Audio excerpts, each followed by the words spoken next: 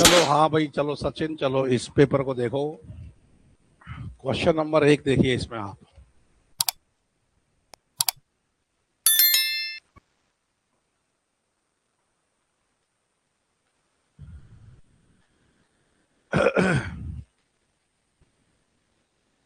ये है निर्धारित पद पाठ। गद्य पद में से कितने सवाल मानकर चल रहे हो आप आने के लिए? 30 से 32। 30 से 32 क्वेश्चन आएंगे भाई। मैं तो इसकी काउंटिंग पर शर्त भी हार गया था, और फिर हमने आपको बताया था कि भाई यदि शर्त हार गए तो हम पार्टी करेंगे। तो फिर अब वो लड़का तो आया ही नहीं जो शर्त जीता, और उसके बिना पार्टी भी कैसे करें। तो उसको बुलाओ 30 तारीख को। 30 तारीख को पार्टी करेंगे। हैं? देखो, आज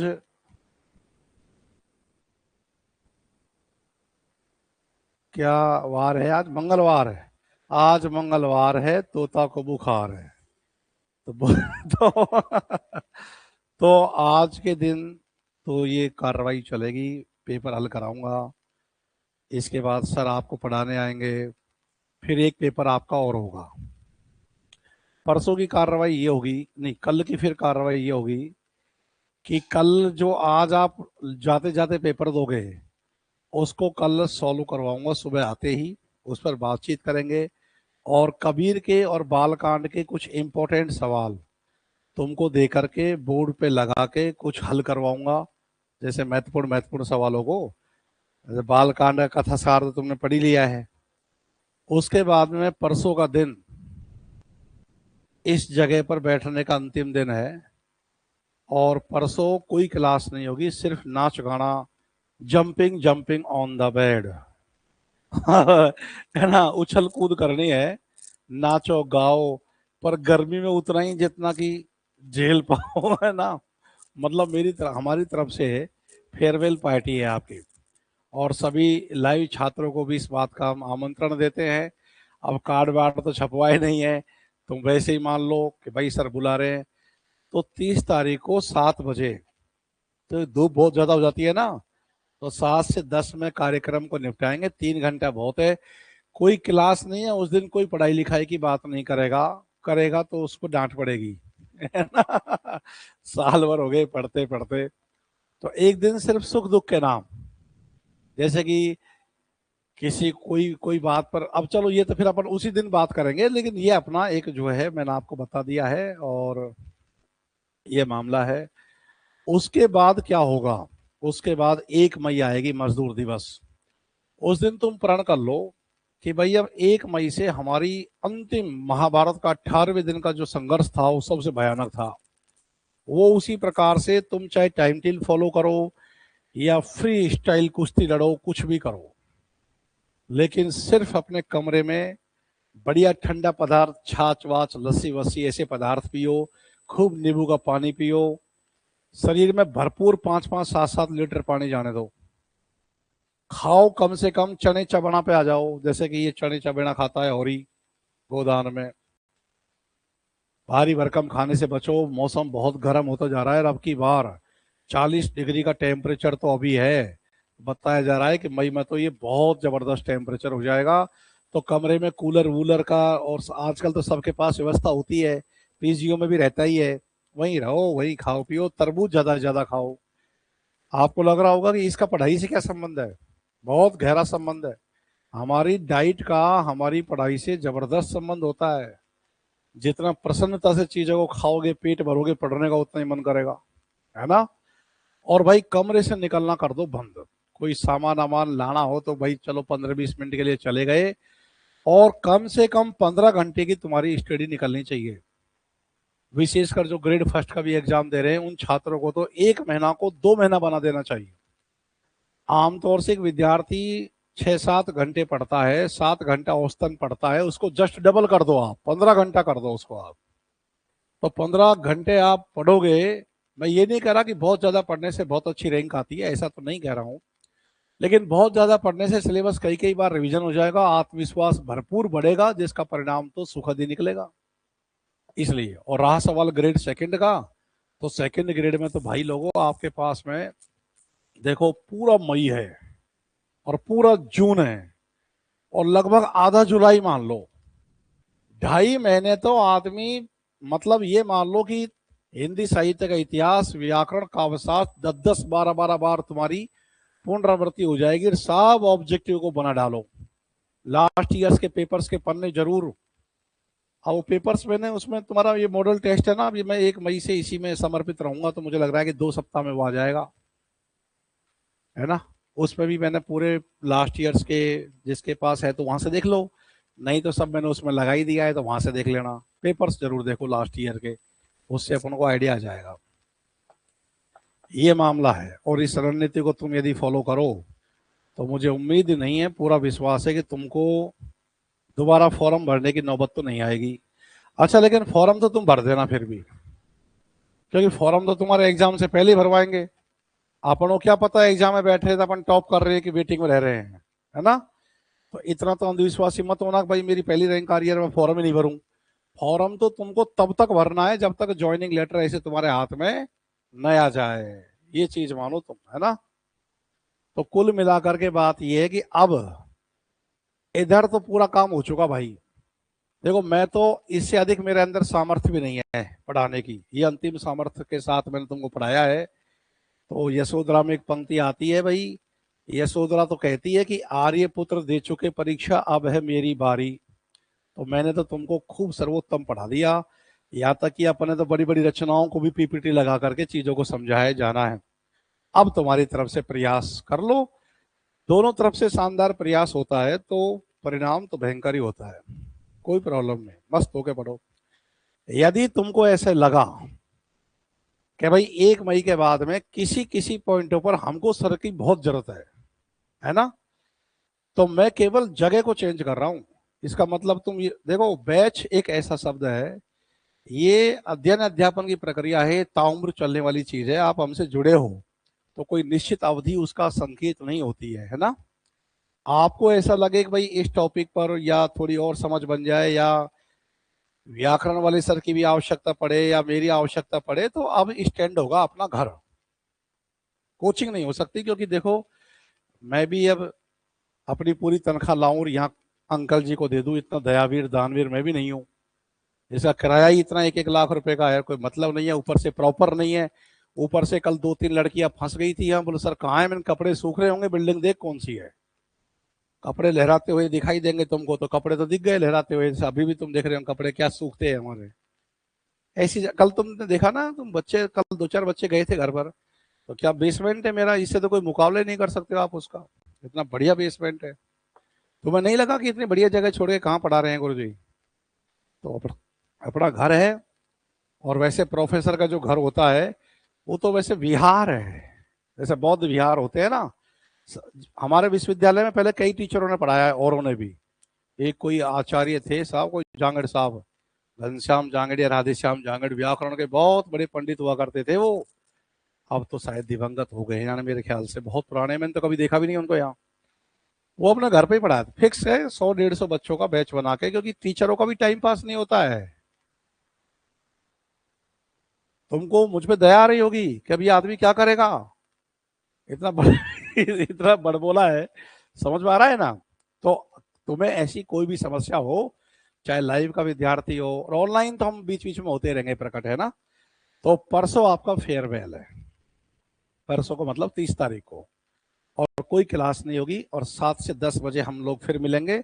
कल तो आपकी क्लास है ना, कल तो क्लास है आपकी। मैं कुछ इंपॉर्टेंट सवाल लगाऊंगा पीपीटी पर, और अभी हम चूंकि ज्यादा समय नहीं खर्च कर सकते, सर की क्लास का टाइम हो रहा है, तो एक बार ये पेपर सॉल्व करके अपना बना कर देखो भाई कितना बना अपन से।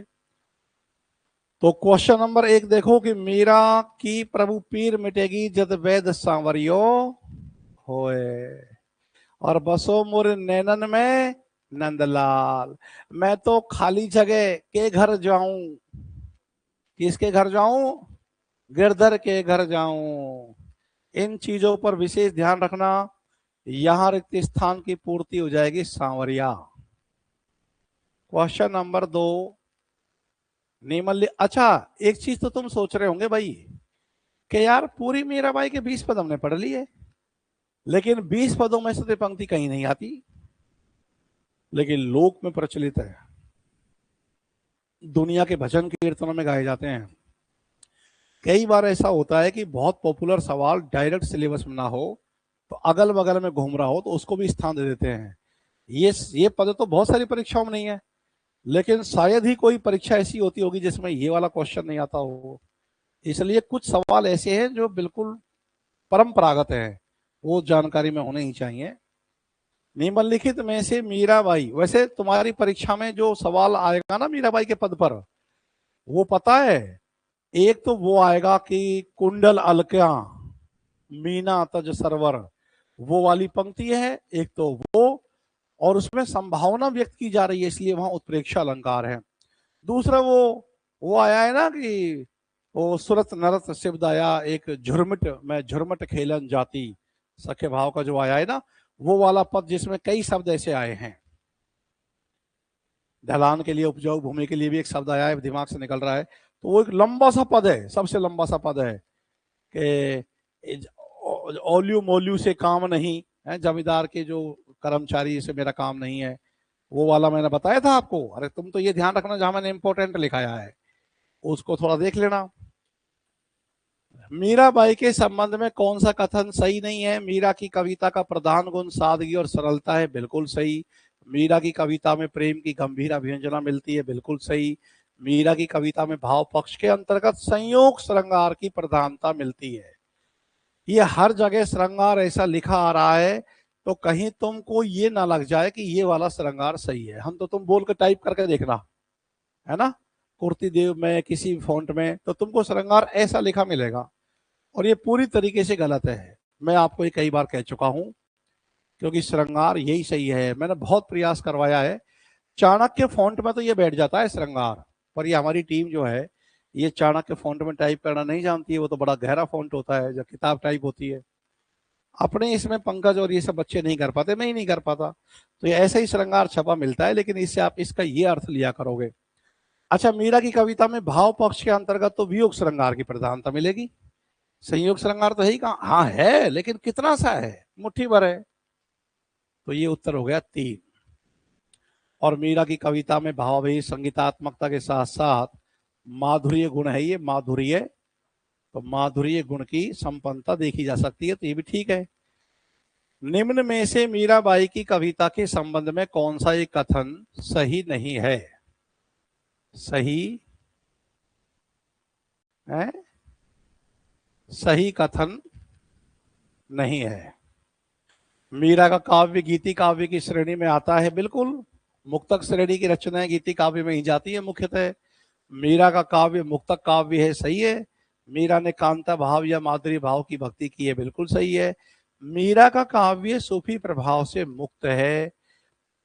आचार्य विश्वनाथ त्रिपाठी का साफ कहना है, उनकी एक आलोचना पुस्तक है मीरा का काव्य, उनका साफ कहना है कि मीराबाई के प्रेम में सूफियाना प्रभाव देखने को मिलता है।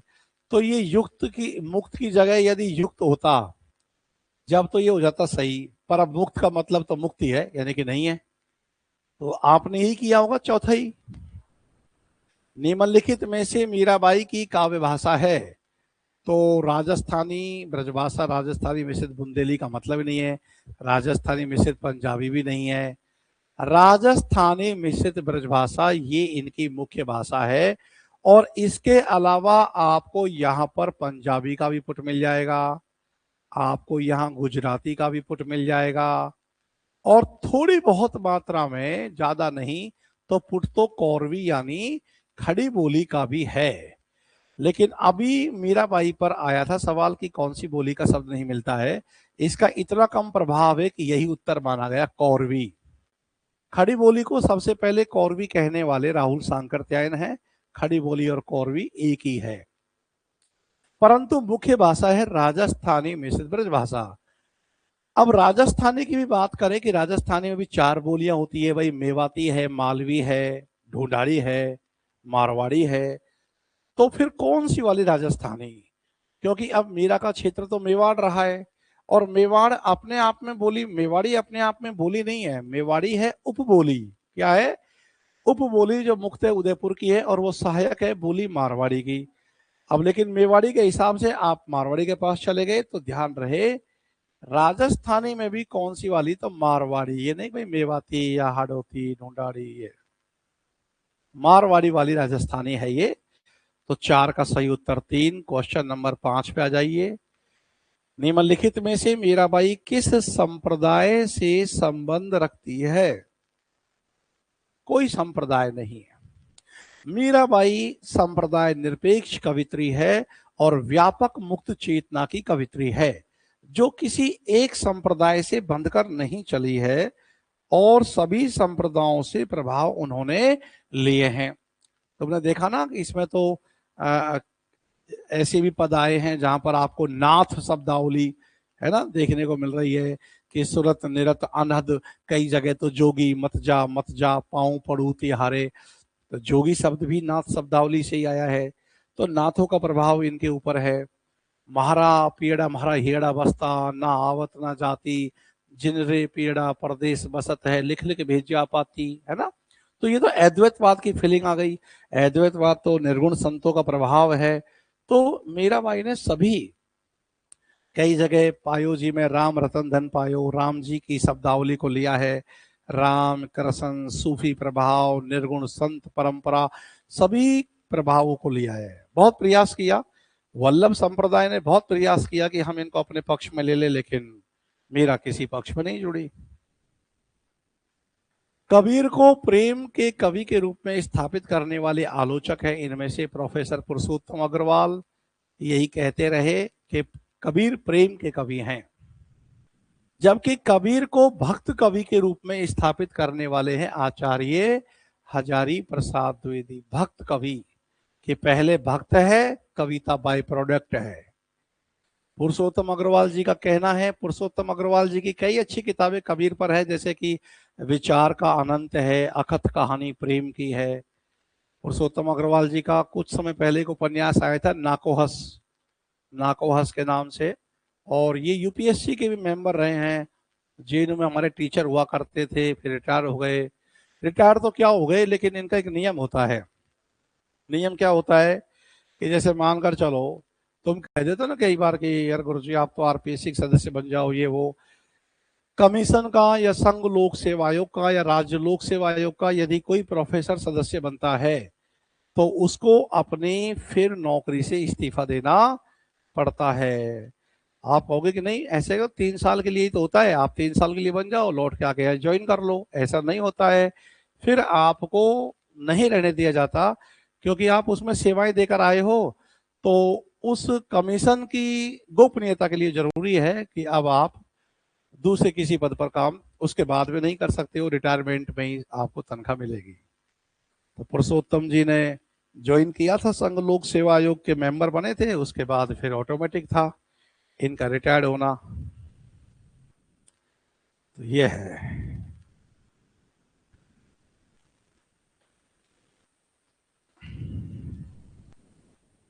कबीर दास के संबंध में कौन सा एक कथन संगत नहीं है? कबीर दास ने शास्त्र ज्ञान और लोकवाद का विरोध किया है, संगत नहीं है, पूछा है। कबीरदास मानवीय प्रेम की स्थापना पर बल देते, ये संगत है। देखो, किसी एक पंक्ति को एक ही बार पढ़कर निर्णय नहीं निकालना चाहिए, चाहे तुम उस पर 100% सहमत हो, चारों बिंदुओं को पढ़ो। कबीरदास वर्णाश्रम के घोषित विरोधी है, ये क्लियर हो गया। कबीरदास के दर्शन के क्षेत्र में अद्वैतवाद से प्रभाव दिखाई देता है, ये भी सही है। कबीरदास ने अवतार ले लिया क्या? कहते हैं संत रामपाल जी जो हैं ये कबीरदास के अवतार हैं, ऐसा चल रहा है? भाई देखो, हम तो एक बात कहते हैं, कबीरदास का तो कोई भी अवतार हो सकता है जो अपनी पूरी पूंजी को मानवता के हित में लगा दो। कमाई के जरिए खत्म करो, एक उल्टा सुल्टा कहीं से भी कमाना नहीं है, और पीड़ितों को खिलाओ और भंडारा चलाओ और सबका घर बनवाओ और सबकी सेवा करो। यदि किसी में भी ऐसा भाव है तो हर व्यक्ति कबीर है ना। कबीर तो है ही मानवता के पोषक।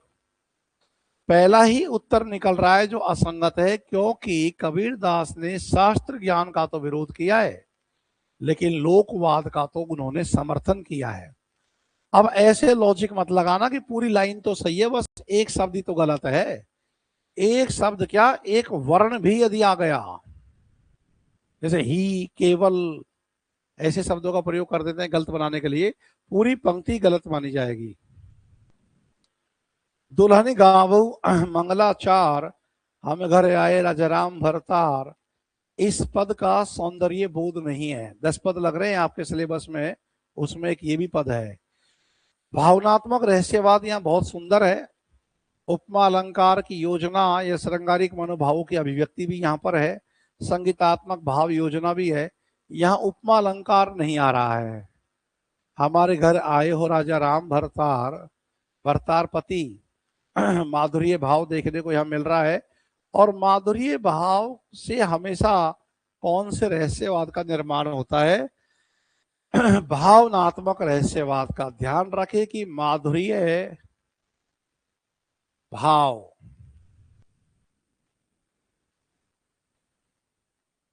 जब अद्वैतवादी दर्शन से युक्त हो जाता है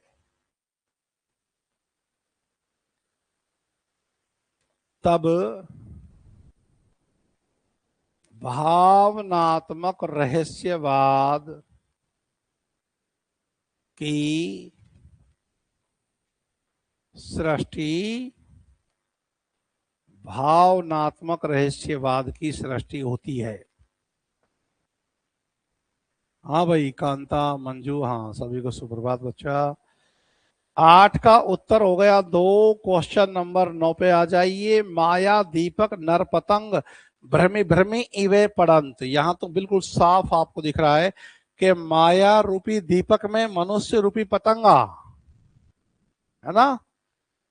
देखो माया यहां पर क्या है, उपमेय, तो दीपक क्या है, उपमान। तो एक रूपक तो ये हो गया।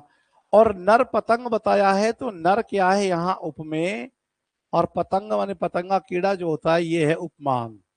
क्योंकि दीपक के साथ ही तो पतंगा जुड़ेगा। जब दीपक उपमान है तो पतंगा भी उपमान हो गया। अब माया तो मनुष्य के भीतर ही निवास कर रही है, तो वो तो वैसे भी मनुष्य से जुड़ रही है। अब माया पूछा है कि माया क्या है, तो माया उपमेय है।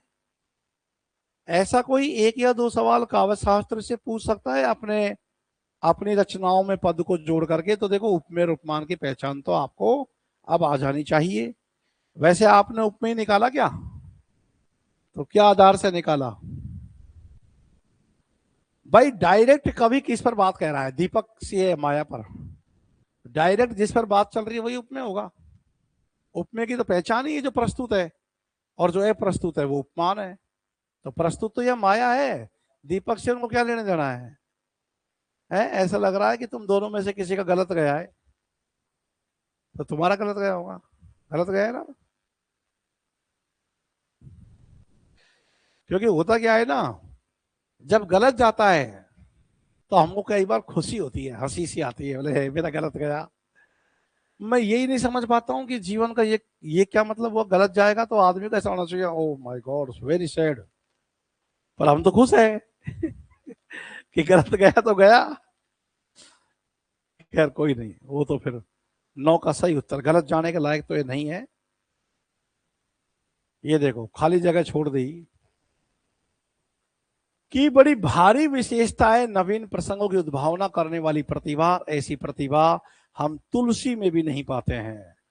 और शुक्ल जी ऐसी कोई बात कह रहे हैं कि उनका फेवरेट कवि में भी वो चीज नहीं है, तो ये बहुत बड़ी बात है। किसके बारे में कह रहे हैं ये? सूरदास के बारे में। कि भाई नवीन प्रसंगोद भावना की ऐसी शक्ति तो हम तुलसी में भी नहीं पाते हैं। कि तुलसीदास भी क्या करते हैं, परंपरागत चले आ रहे विषय में ही अपनी प्रतिभा दिखा सकते हैं। नई नई बात कहने वाली बात मध्यकाल में है ही 2 जगह, पूर्व मध्यकाल में सूरदास के पास और उत्तर मध्यकाल में बिहारी के पास। तो सूरदास ये बात कह सकते कि निर्गुण कौन देश को बासी। गोपिया सहज भाव से पूछती है, और उधर उसने कमाल कर दिया, बिहारी ने बिहारी सस्ते में के डिगत पान डिगलात गिरी। कभी किसी ने कल्पना नहीं की कि ऐसी बात कही जा सकती है। हैं? हाँ हाँ, अरे पूजा भाई कल भी टेस्ट लेंगे, तू कहेगी तो रोज टेस्ट लेंगे। कह के तो देख। देख पायल ने हमसे कहा, और क्लास शुरू हो गई व्याकरण की, और तुम कह दो टेस्ट, हम तो बस कह दो, कोई कहो तो सही, टेस्ट लेंगे बिल्कुल। समय भी तुम निर्धारित करना और जगह भी तुम। पेपर बना बना के मैं दूंगा। कभी ये तो नहीं सोचा था ना पूजा भाई, ले गांव में रहती हूँ, टिंडा विंडा बोरा खाए घर में, ले गुरु जी को एक कार्टून पहुंचवा दे। हैं बेचारी पूजा चौधरी ने तो दो दो कार्टून भेज दिए। अब तुम इन पर ध्यान लगाओ, तुम अब टेस्ट वेस्ट बहुत दे लिए, जो जो सब्जी हो रही है उनको कोरियर करवाया करो।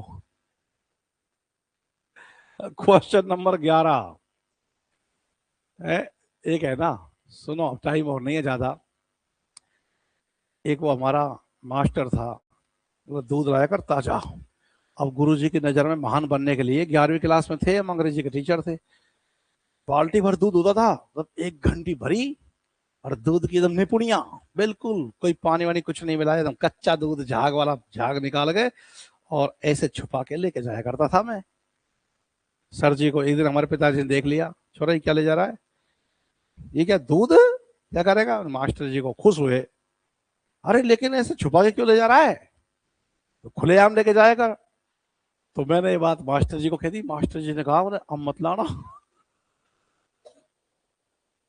तो जीवन मुंह चाही को नहीं को, तो संचारी भाव तो भाई मुंह चाही तो कुब्जा है ना, असूया संचारी भाव हो गया।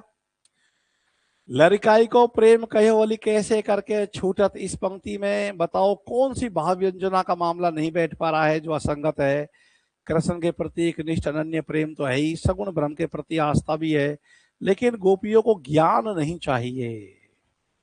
सख्य भाव भी है, प्रेम और ज्ञान भावना के प्रति आस्था बोध हो ही नहीं सकता गोपियों का।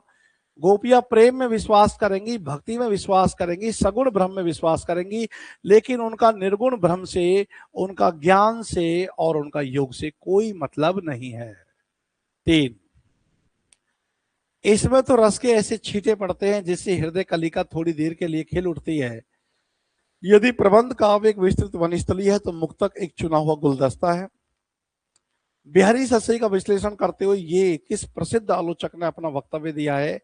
रामचंद्र शुक्ल ने 13 में 4, मेरी भव बाधा हरो राधा नागरी सोए, जातन की जाई परत श्याम हरि दुति होए। इसमें बिहारी की बहुगता का कौन सा रूप है जो दृष्टिगोचर नहीं हो रहा?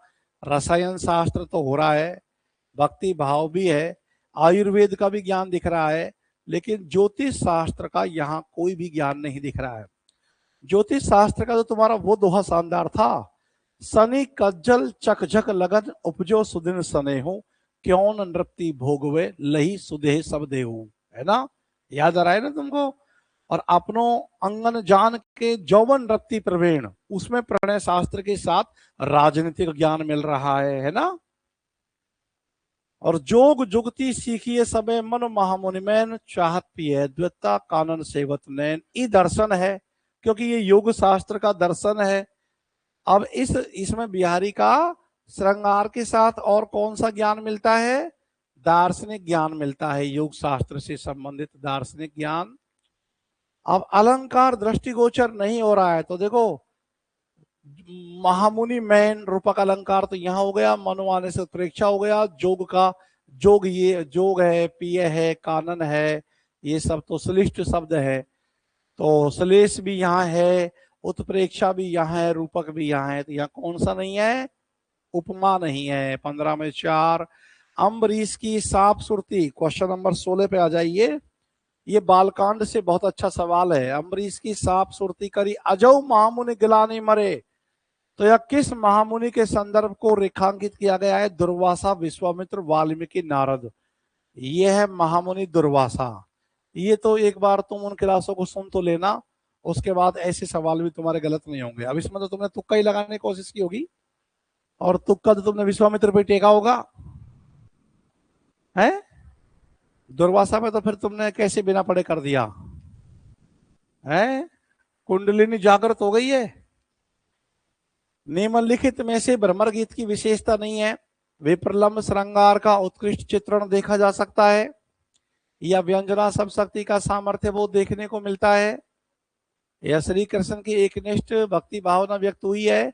गोपियों की विरह वेदना तो प्रबल है लेकिन उपालंब नहीं है। अरे इतना भयंकर उपालंब है कि वह मथुरा काजर की कोठरी जयावत कार्य, और क्या उपालंब होगा। तो उपालंब बहुत है। 17 में 4, क्वेश्चन नंबर 18। दादुर बसे निकट कमलन के जन्म ने रस पहचाने, पंक्ति के माध्यम से बताइए सूरदास की गोपियां किस पहलू पर व्यंग कर रही है। उद्धव के ज्ञानी होने पर, निर्गुणी होने पर, उद्धव द्वारा श्री कृष्ण के प्रेम रस को न पहचानने पर। 3, 18 में 3, क्वेश्चन नंबर 19। मानव नील माटते काड़े ले जमुना ज्यों पखारे, तागुण श्याम भई कालिंदी सूर श्याम गुण त्यारे। 19वां जो सवाल है ये उत्प्रेक्षा अलंकार है। ये तो आपको इसी से मालूम चल गया ना कि मानहूं, लेकिन कालिंदी के कारण काले होने का ये नहीं है कि भाई श्याम जी को वहां धुलवाया गया। तो ये हेतु प्रेक्षा अलंकार है। 19 का सही उत्तर कर लो। 1, सूरदास के भ्रमर गीत के संबंध में मैनेजर पांडे ने भ्रमर के 3 रूप बताए हैं। कृष्ण का भी है, उद्धव का भी है, स्वतंत्र का भी है, लेकिन अक्रूर का प्रतीक नहीं आता है। 20 में 4, काना बिच कुंडल गले बिच सेली अंग भभूत रमाई रे। यहाँ सेली तो जोगियों द्वारा पहनने वाली माला है। ये सवाल तुम्हारे सेकेंड ग्रेड से संबंधित तो नहीं है, परंतु एक बार एक कॉलेज लेक्चर में आ गया था। तो सेली से थोड़ा सा आप परिचित रखना भाई। जो गले में ये पहनते हैं ना साधु लोग, मनकों की माला, ये वो होती है। इन पंक्तियों को पढ़ करके कौन सा रस लग रहा है आपको कि भजमन चरण कमल अविनाशी, और जेतई दिसे धरती गगन विच तेसई सब उठ जासी। एक दिन सब नष्ट हो जाएगा। ये जो संसार दिख रहा है ये वास्तविक नहीं है। यह है शांत रस की अभिव्यक्ति। 22 में 1 आ जाओ। 23वां है कि पद आता है मीराबाई कौन से रत्न की बात करती है। राम रूपी रतन की। पायो जी मैं राम रतन धन पायो। 23 का उत्तर 1 बैठेगा। क्वेश्चन नंबर 24, खरी पात्री कान की कौन बाहुबानी, आग कली ने रली करे अली अली जी जानी। यहाँ कौन सी नायिका होगी। पहली बात तो ये कि कौन किसको बोल रहा है, तो सखी नायिका को बोल रही है। तो सखी कौन सी सखी है, तो ये सखी निश्चित रूप से खंडिता नायिका है, क्योंकि इसका प्रेम खंडित हो चुका है। इसको लग रहा है कि मेरे प्रियतम कहीं अन्य आसक्त हैं, तो ये खंडिता नायिका हो गई है। इसमें एक बात ध्यान देना, आक कली नीच दासी स्त्री को व्यंजित कर रहा है ना, प्रतीक है आक कली। किसको व्यंजित कर रहा है आक कली, कोई नीच या तुच्छ दासी स्त्री को व्यंजित कर रहा है। और अली जो है, अली अली अली जिए जानी, तो देखो अली अली में एक तो यमक अलंकार है। दूसरा वाला जो अली है कि अली, दूसरी वाली जो अली है ये सहेली या सखी के लिए आ रहा है, और पहला वाला जो अली है ये आ रहा है भ्रमर के लिए। क्लियर कि आक की कली पर कभी भी भंवरा क्रीड़ा नहीं करता है। तो अब इसमें यह भी ध्यान रखो कि कई भंवरा जो होता है वह भी अपने आप में श्लेष लिए रहता है, क्योंकि भंवरा हमेशा उस व्यक्ति का प्रतीक माना गया जो रस लोलुप है और एक निष्ठता जिसकी विशेषता नहीं है। तो ये देखिए आप, भ्रमर अपने आप में प्रतीक हो जाने से अब ये भ्रमर श्लिष्ट हो गया, तो इसमें श्लेष है। क्योंकि एक यदि आंख की कली नीच दासी स्त्री के प्रतीक को दिखा रहा है, तो ये जो अली है भंवरा, ये उस नायिका के प्रियतम को व्यंजित कर रहा है। इस प्रकार इस वाले अली में अपने आप में श्लेष अलंकार है, और दोनों अलियों के आधार पर ये यमक अलंकार है। और यमक में भी कौन सा, अभंग यमक अलंकार है, क्योंकि भंग तो है ही नहीं है, पूरा पूरा शब्द आ रहा है।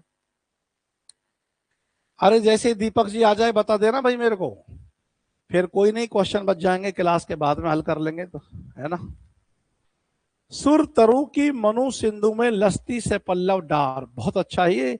और मैं आपको बता चुका हूं कि और झीने पट में झुलमुली झलकती ओ पपार, कुछ लोगों ने झुलमुली से कान के आभूषण का भी अर्थ लिया है, पर झुलमुली का मतलब झिलमिलाना है। नायिका गौरवर्ण की है, साड़ी बड़ी महीन पहन रखी है, महीन वस्त्र में से पूरा शरीर झलकता है। तो ऐसा लग रहा है, कभी कल्पना कर रहा है कि मानो सुर तरु, जो नायिका की आकृति है शरीर की, और वो तो पूरी एक सुर तरु है, और समुद्र में उसके डाल पत्ते सब जैसे झिलमिला रहे हैं, तो ऐसे वो नायिका के लिए जो ये आ रहा है, लसती मानस शोभायामान से पल्लव डार। सुरतरु जैसे अपने पत्तियों डालों के सहित सुशोभित है, समुद्र में प्रतिबिंब बन रहा है। तो नायिका के लिए कौन से अंगों के लिए आ रहा है से पल्लव डार? नायिका के अंग प्रत्यंग के लिए आ रहा है। अंग प्रत्यंग में भी हमको याद रखना है, दोनों पांव और दोनों हाथ और दोनों कान चल जाएगा, क्योंकि झुलमुली भी कान का आभूषण है, बट नाक नहीं चलेगी। अब तुम्हें बताओ, सुनो, मेरे सामने पानी है, बिल्कुल स्वच्छ, और मैं बिल्कुल सीधा खड़ा हो गया। अब जो झिलमिलाएंगे तो वही तो है जो बगल बगल का सिस्टम दिखाई देगा। ऐसे ये हाथ दिखेंगे दोनों, पांव दिखेंगे दोनों, दोनों कान दिख जाएंगे, पर बिल्कुल सामने का फ्रंट का झिलमिलाता हुआ तो यही सब दिखाई देगा, है ना। 25 में क्या हो जाएगा फिर? इसे पूछ रखा है कि कौन सा अलंकार, तो मनु आने से वैसे प्रेक्ष अलंकार हो गया 25 में एक। आजो तरियोना ही रहो श्रुति सेवत एक रंग। कवि ने यहाँ किसकी महत्ता को रूपायित किया है? भक्ति सत्संग भाव की अनन्यता पर बल। 26 का क्या उत्तर हुआ? 2। अब जिसका ये 2 सही नहीं है ना, वास्तव में देख लो तो ये बहुत बड़ी गलत बात है। ये बहुत अच्छा सवाल है, अच्छे से खूब एक एक दोहे पर आधा आधा घंटा डिस्कशन किया था, तुम याद करो। बिहारी निम्नलिखित किस संप्रदाय में दीक्षित हुए थे? वल्लभ संप्रदाय, गौड़िय, निम्बार्क संप्रदाय में दीक्षित हुए थे, और घनानंद भी निम्बार्क संप्रदाय में दीक्षित हुए थे। यद्यपि भक्त तो आप दोनों को नहीं कह सकते हो। श्याम सुंदर दास द्वारा संपादित कबीर ग्रंथावली में कुल 825 तो साखियां हैं और 54 अंग है। पहला अंग कौन सा है बताओ? तुम्हारे 5 अंग लग रहे हैं, तो पांचों अंगों को क्रम से तो लगवा ही सकते हैं ना, लगाओ। पहला अंग कौन सा है? गुरुदेव को अंग पहला है, पहला अंग है गुरुदेव को अंग। और अंतिम जो अंग है, अंतिम जो 54वां नंबर है, ए बिहड़ को अंग, ए बिहड़ को अंग है। अच्छा, तुम्हारे सिलेबस में वो अंग कैसे क्रम से है बताओ जरा। सबसे पहले क्या है? गुरुदेव को अंग के बाद में क्या है? है सुमिरन को अंग, फिर विरह को अंग, फिर ज्ञान विरह को अंग, और फिर अरे पागलो, ए बीएड तो 54वां नंबर का अंग है। तुम्हारे तो अंगी 5 लग रहे हैं कोर्स में, 5वें को 54 नंबर पे बोल रहे हो। पर्चा को अंग बोलो यारो। हाँ, पर्चा को अंग। चलो क्रम से सुनाओ तुम्हारे 5 अंगों को। गुरुदेव को अंग, सुमिरन को अंग है, विरह को अंग, ज्ञान विरह को अंग, हाँ पर्चा को अंग। हाँ पूजा भाई, अच्छा मैं गांव आऊं जब बोल दूं? अच्छा कोई नहीं, अभी तो आप पढ़ाई पे ध्यान लगाओ। 28 में हो गया एक, और क्वेश्चन नंबर 29 पर जाओ। भली भाई जो गुर मिलिया नहीं तर होती हानि।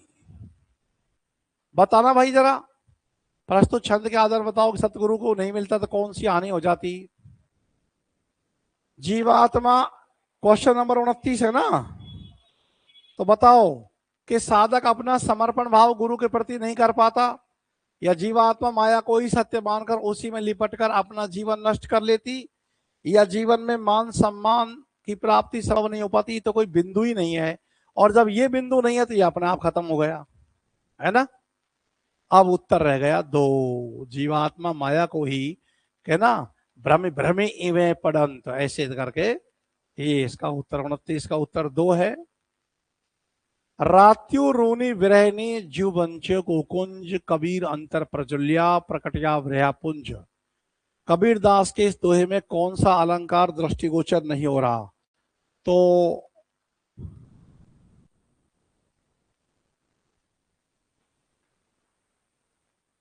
और रे देखो, अनुप्रास अलंकार तो कॉमन है, सब में होता है। ज्यों ज्यो, जिमी उपमा के वाचक शब्द है। और इसमें मित्रों देखो रूपक अलंकार तो साफ दिख ही रहा है कि विरहिणी जीवात्मा का प्रतीक है ना।